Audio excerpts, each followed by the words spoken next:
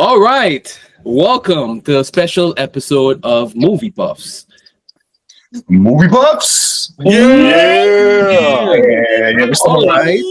We're still alive. Today, we're fighting peace and chaos. Welcome back to the show. We're diving into a series that's so much more than just another superhero movie. Peacemaker. This show is a masterclass in tonal balance, a unique blend of R-rated comedy, intense action, and completely unexpected emotional depth. Honestly, after the Suicide Squad, I did not think James Gunn would make me care about Peacemaker after the way he killed Rick Flag Jr., but he got me. The show is great. He's not just a douchebag with a heart of gold. He developed a little bit more. He showed his layers. A masterclass for John Cena. It was amazing. And it was also backed by high critical praise, a stellar cast, and Gunn's signature cocktail of humor, heart, and violence. It's a must watch. And that's before we get into the single greatest opening dance number of all time. Controversial. Well, Yeah, of course. Yeah. Now, before we dive into Peacemaker, how did you guys get hooked? Who wants to go first? I'll jump in. You go first, Mr. Marvel. Mine's a short and sweet. First and foremost, I'm here as a Marvel fan, right? I want to lay that out. But I want to learn more about Peacemaker and the DCU just because John Cena can do no wrong. But my origin story was what Dave mentioned in the intro. It was in Suicide Squad. And that's it. Like, I love John Cena prior to that in a bunch of movies and anything he's done. But seeing him in the DCU and that character sold me. So I'll pass it off. How about you, Vero? Suicide Squad. I didn't think, honestly, I was shocked when I heard that they were going to give him his own show, but I'm so happy that they did, and I'm here. I'm a fan now, and I would like to continue to see Christopher Smith and his ever so chaotic fucking life. How about you, Economist? I mean, Hayden. Hey, relax, okay? I love Economist, man. So, we'll get into his arc later, but my intro to Peacemaker as a character was probably through Watchmen years ago. I was a real big Watchmen fan. People don't know also that Watchmen is part of DC. Yeah. Do that, and the whole origin of that was all, supposed to be an alternate universe of these characters, these like old school characters that they had inherited, and the comedian in Watchmen is supposed to be like an alternate universe version of Peacemaker, like how Rorschach is the Question and Night Owl is Blue Beetle and all that kind of stuff. And in getting into that, like doing some research, I had gone back and read some of the 80s stuff. But I never really got too into it. I mean, I think there's the general consensus is like Peacemaker in the comics is really nowhere near as interesting as he became through the way James Gunn worked through him. But I had some familiarity with the character through that sort of rabbit hole I went down years ago. Sounds good. Yeah. Now that season 2 is finally done, right? How did the expectations line up with what we got? I'm gonna start again. Just jumping into the DCU and Peacemaker specifically. I'm happy that it seems like, especially after I posted and talked about it with a few friends, but I was let down in terms of like action and expectations. It was still a solid finale because I know there's more to come, and I'm happy with a season 3. I'm happy with wherever it's gonna go and however it's gonna take me into the DCU. Just like it tied me in with you telling me, Dave, about it tying into the Superman movie, right? And then it made me watch the Superman movie, which made me appreciate DCU even more. So I think my expectations wasn't met, but it still was met because I know there's more. Yeah, good. Yeah, I gotta piggyback on that. The expectations was great. I literally just finished watching the season finale episode. I wanted to come in here nice and fresh and hot with it. I'm excited to where Gunn is going to take this whole entire storyline, especially spoilers ahead with the Lex Luthor cameo. Great cameo. Great cameo. Great cameo, yeah. I think Rick Flag, because when we see Flag, right, like we know he's supposed to be the good guy, but right now he's letting what happened. No, in what a Suicide heel Squad- turn Rick with Flag Rick Senior. Flag. Rick Flag Senior. Yeah, Rick Flag Senior. Yeah. Yeah. So just Yeah. seeing the emotional like roller coaster he's on, I'm just excited to see how that story goes. Yeah. Yeah, man, the evolution with that character too, especially if you've been riding with it through like Creature Commandos, Yes. watched all Yes. that, and you start I up love kind of it. empathizing with him. But even by the end of that show, you're like, man, this guy's got some fucking problems. He's kind of an idiot. Yeah, he is. He's very dissolute. He's Yeah, kind he's of moving like like a an idiot. stereotypical. He's a conformist, really. He's a government meathead, you know. Yes. He's a very Yes. and so you feel for him about his son. You know, there's a pretty good monologue in Creature Commanders where it talks about how he had him young and he was dumb and he didn't, you know, made mistakes.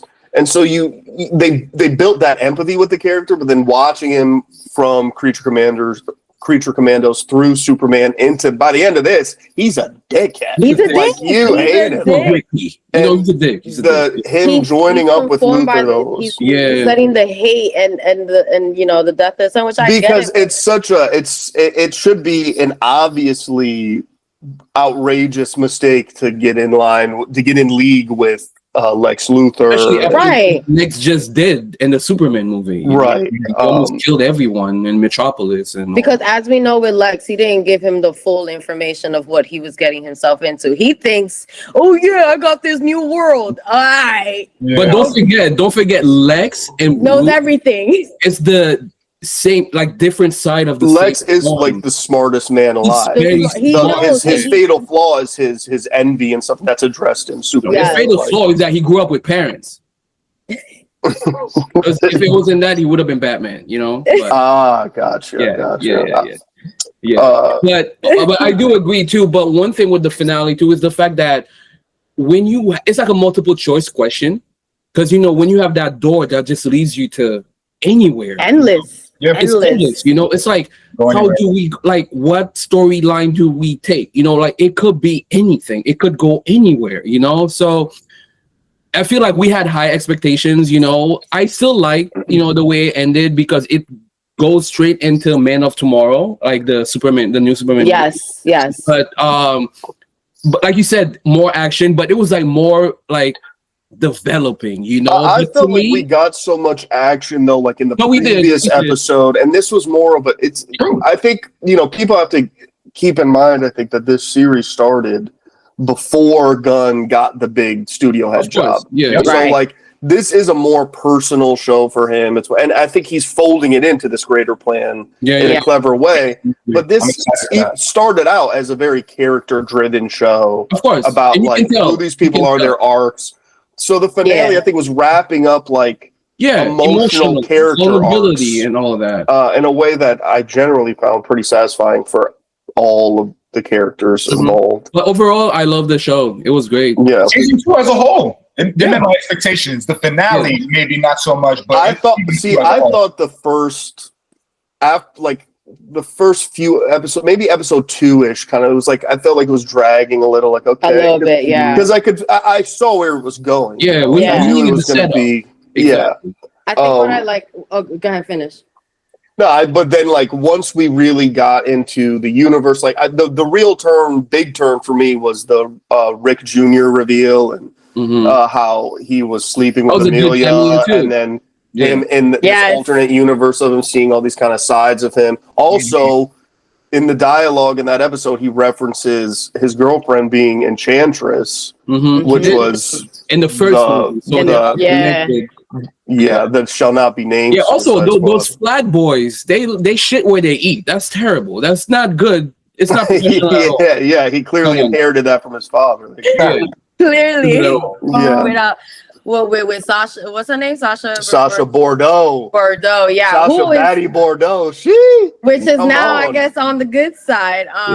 Which, what I was going to get into, I think what was great about this was the first season we were introduced as Peacemaker because of how we were introduced to him in Suicide Squad.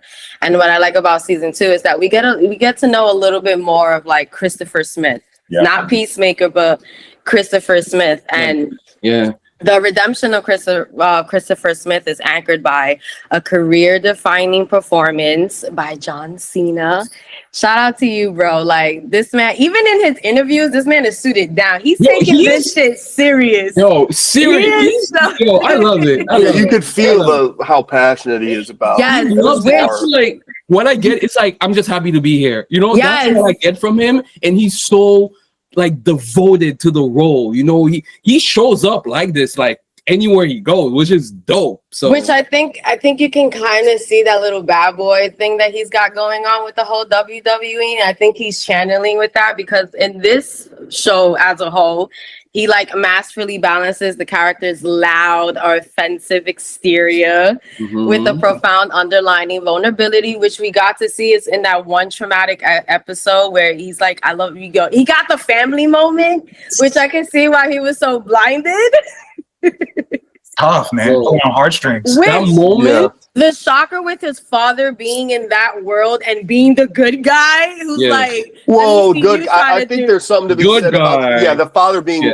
It's reflective, I think, of like complacency in this kind of society. Like he's against what it is, but he's not really doing anything. He's not really doing anything, and he, plays the little victim responses, little dialogue there with like the perfect world. Scene is what sold it for me. When, absolutely. When he saw his brother, like getting like chopped to death, he's reliving his trauma in like a different context. Reaction, right? That got me. That I'm like, oh my god! Like I stopped what I was doing. I'm like, but I also appreciated the little funny aspect of it when he screamed because it was like his inner child. Yeah, it was like the little kid screaming, and I was like, not John Cena screaming like that.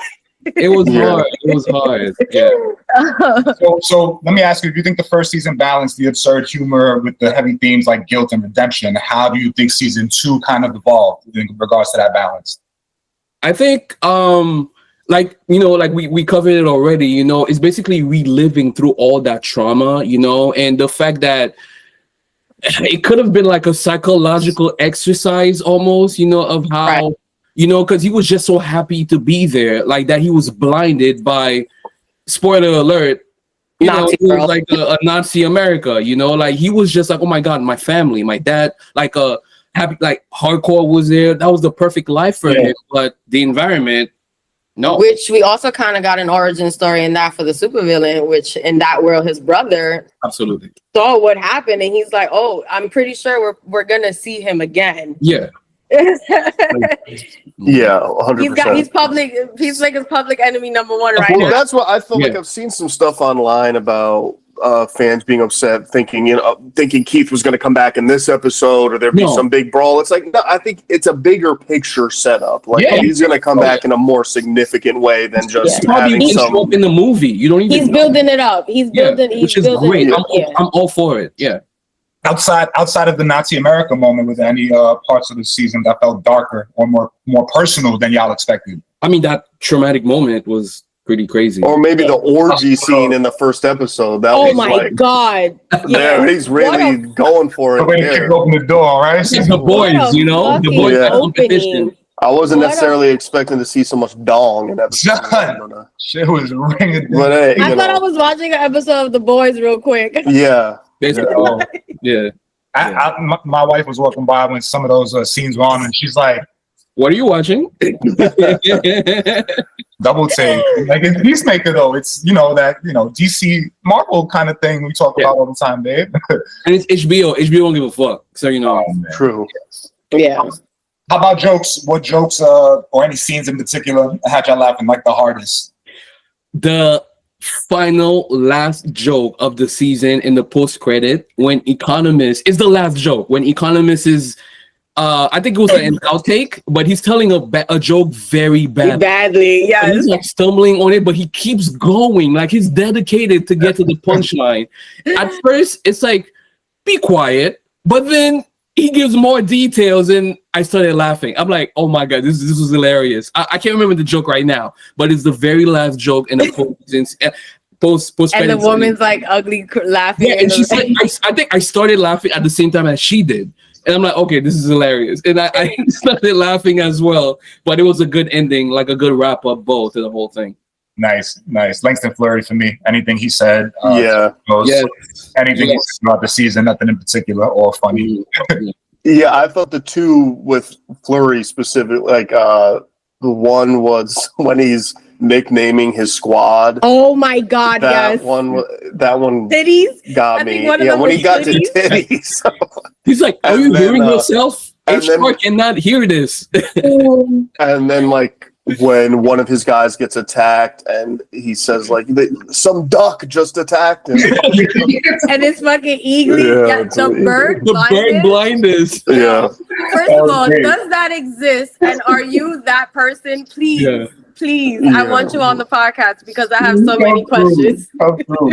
Yeah. I Cool. think- Now that we talked about the main character, right? Let's Yeah. dive into the supporting roles. Like we mentioned Economist, loved him. All his scenes. Hayden, congrats. I mean, look, I think it's just, oh my God. See, why you got a clown like that? Listen, Economos is interesting because I think he becomes more likable, especially in season 1. He's never not likable, but he's so pathetic in like how cowardly he is. He's so yeah, but but- he's a nerd though. He's a behind the desk guy. Like I understand. yeah, how he's he kind of is. thrown in. I mean, I will say like even He though has he's no social skills. Like he's terrible. But- yeah, well, we get more context for that in this season too, where there's one of the episodes where he's got to hack the keypad, yeah, and it's revealed like he got recruited when he was was, like like, super 14. yeah. So he's done nothing but like sit at a desk for the government since he was Yeah. a teenager. Yeah. But I did think by the end of the season 2, you get to see more of like his humanity, and it's highlighted in that motel scene, which I thought was great in the last episode. One scene I liked was when Augie caught him in the house, and then Yeah, and he just gives and he's everything just away. giving out everything. He's like, "Why am I talking?" Like that was really. He's very buffoonish, but How was that scene for you shooting it with Robert Patrick? yeah, it's great. It was awesome. I loved it. Another character that deserves high praise is Hardcore, man. Hardcore just was a blooming onion. She just kept opening more and more. And at times, you just want to shake her. You're like, "Yo, open up, girl. Like, what's up?" Like, You're the reason why we in this mess. basically. All he wanted to know is if that day meant everything to you, Yeah. girl. Yeah. Oh my God. But you did get, like, and speaking on her, like the performance in episode 7, I think it was the second to last, or maybe it was episode 6, but it was when she finally makes it into Earth X. She's talking to Chris Smith in the interrogation room. Yeah. Yes. Like her performance there too. Like they both. I mean, we've already established like this is probably seen as best performance ever, but Yeah. she was like the way you could see how much she's holding inside and everything in that You can tell. moment. It's felt. Yeah. Absolutely. Another one was Vigilante, man. My favorite. Listen. Yeah. Listen, Bro. when he went into that world and found his main focus was, I want to find another The whole Spider-Man thing. Spider-Man. That was the joke that like landed Yeah, for me. Like his character is 10 out of 10. And they're similar. In Well, I a lot like how it ways, kind of except- subverted an expectation of what you think maybe this vigilante is going to be really different or something. Yeah, but no. But then it's like no, it's like the exact same. Copy guy. paste. It's the same in every universe, even. No fucking way. Like, Yeah. They love the same Pokemon. Like, come on, that's crazy. I think that was so good. Yeah, he's my favorite. Yeah. I'm excited to see him again. Yeah. And also, one of the glow ups was ads. Yeah. Oh yeah. That scene. She was the moral compass of the show. She was amazing. She killed it. Also, she looked good, but she killed it, man. He did a great job. The moment she had with Judo Master, that was yes. That was funny. that touched my heart, right? That's He's like, out of the pool. Judo Master too. He's great, man. Like I hated him in season 1. Me too. Loved him in season 2. But I like that moment, that full circle moment where he's the one that saves her and like fucking In the pool. in the pool. Yeah. And also, When we see she does that, she fucking shocks it. yeah. And of course, let's not forget Eagly. Eagly is great. Eagly, he needs a better diet. he needs a better diet. He Like he does. can't just be eating all this junk food, you know? Like Oh my god, wait, the scene where he where what's his name? Eats the bird shit, like the eagly shit to see. yeah. Oh, Yeah. the eagle hunter guy. The Yo, eagle hunt. See, Yo, Red I love Say him, Wild. man. Like that was Yeah. so. I love that James Gunn puts him in everything. I wasn't a huge fan of that character. I guess No, to but say. here's I the thought it was a thing. little distracting. Yeah, from but the, Yeah. but the same actor plays two roles Yeah, in the Rooker. world. Then. Yeah. Yeah. Yeah. That's what I like. They're making a joke, like a meme online, that he's gonna be cast as the new Robin. Yeah, he's Damian Wayne. But yeah, that's gonna be funny. Yeah. So yeah, Hayden, you go. With what in particular? I mean, Yo, go do whatever you want. yeah, I mean, I think again, like I said, I thought there was a little bit of drag, but look, that the last episode I thought was great. I had one small thing with it that I guess I understand where some fans are coming from in terms of not loving that like 10 minutes of screen time is swallowed up by 80s glam metal bands just singing or whatever, but like there's a lot of that. Yeah, but that you know goes that's on what they say, while, right? and I'm not like Yeah, the like biggest filmmakers make movies so you can listen to the songs they love. Sure. And James Gunn is a I got it. testament to It didn't really deter for me. I No, can get that. Some people were a little not. To the action junkies, they wanted more.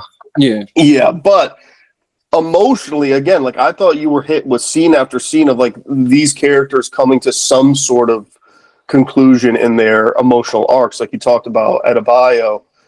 The scene she had with the ex-wife. Oh my god, my favorite. No, that was great. that really That was beautiful.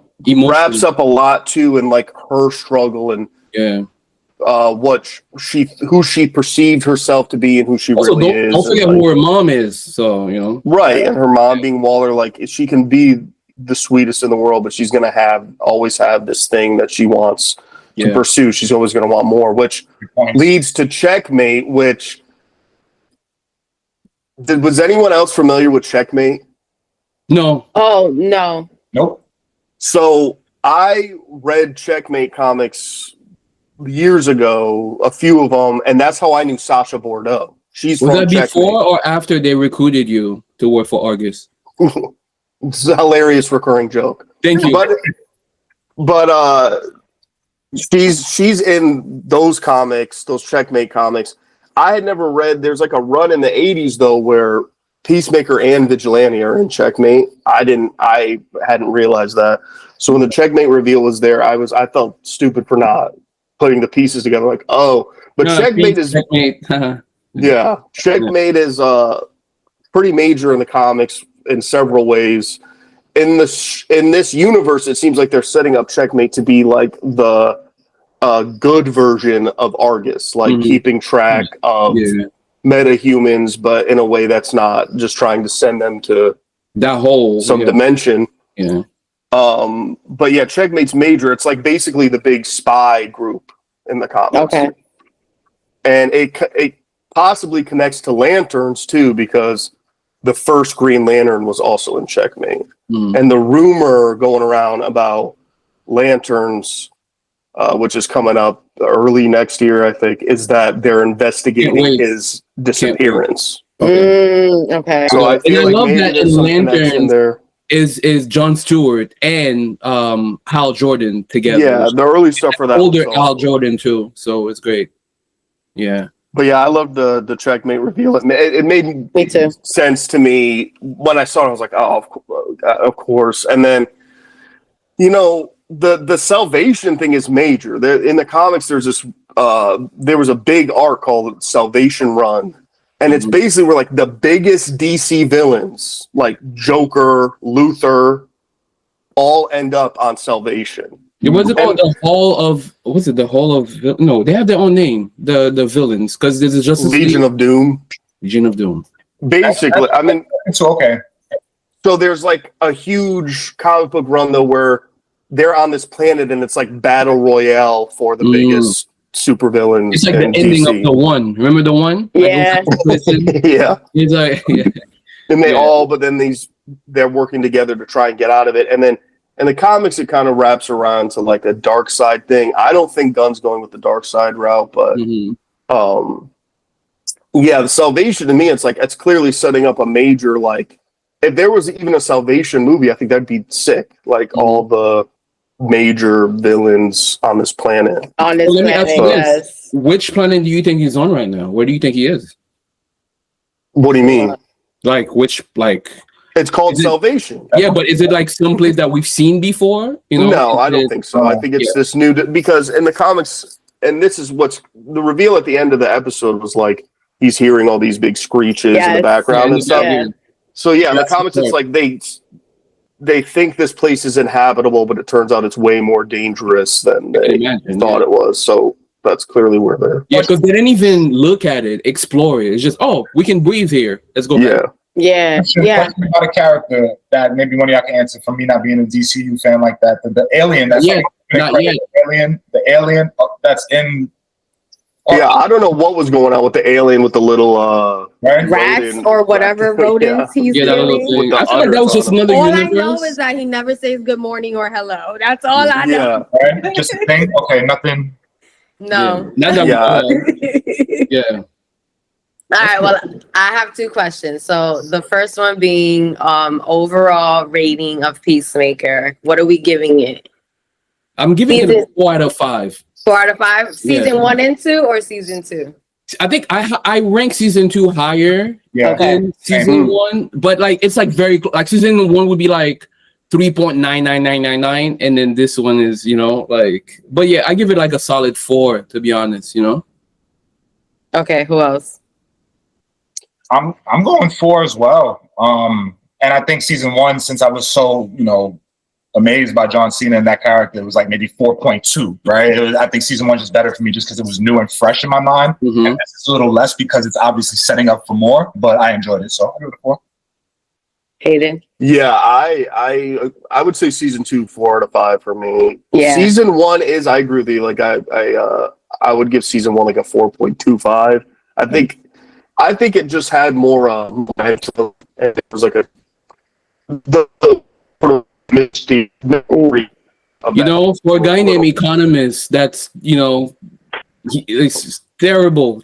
Like, you should be good with computers. What's going on? Yeah. At least his audio should be recording if he has it. Yeah, Yes. it is so funny. Yeah, I don't know. Hayden, you good? You back? See if it's back.